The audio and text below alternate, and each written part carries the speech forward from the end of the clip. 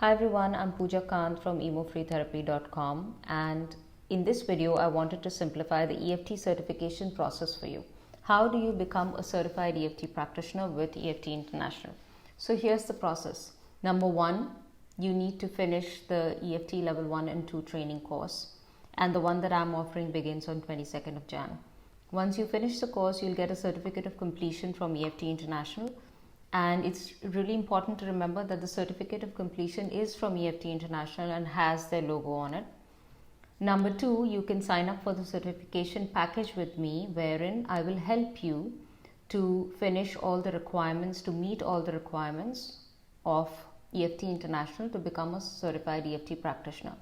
So number three will be that you'll become a student member with EFT International. Number four, you'll take an exam with EFT International, and I'll be helping you to prepare for that exam. I'll let you know how to go about the material, and we'll be going through the self-assessment checklists and all of that. Number five, you will be submitting case studies to me, 4 to 5 case studies, and I will be helping you with that as well. Then number six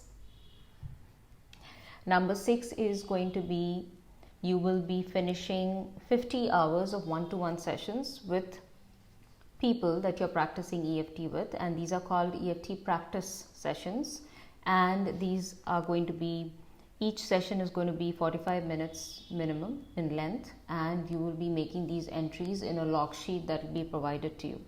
Now once you finish all of these requirements, a total of 6, you will become a certified EFT practitioner, and you will be listed on the EFT International website, and you can call yourself an accredited certified EFT practitioner.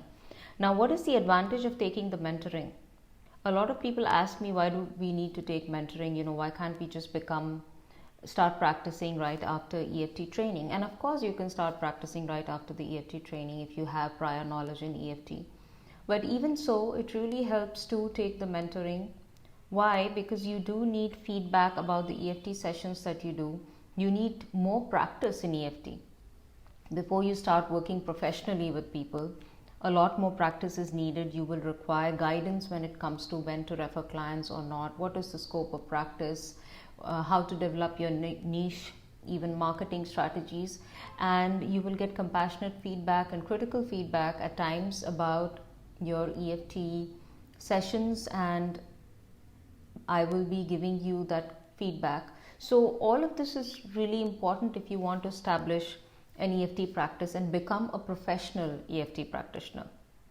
Alright, so if you have any questions, feel free to send me a message or drop in the comment under this video, comment section, and yeah, that's about it. So thank you for listening, and I'll be back with another video soon.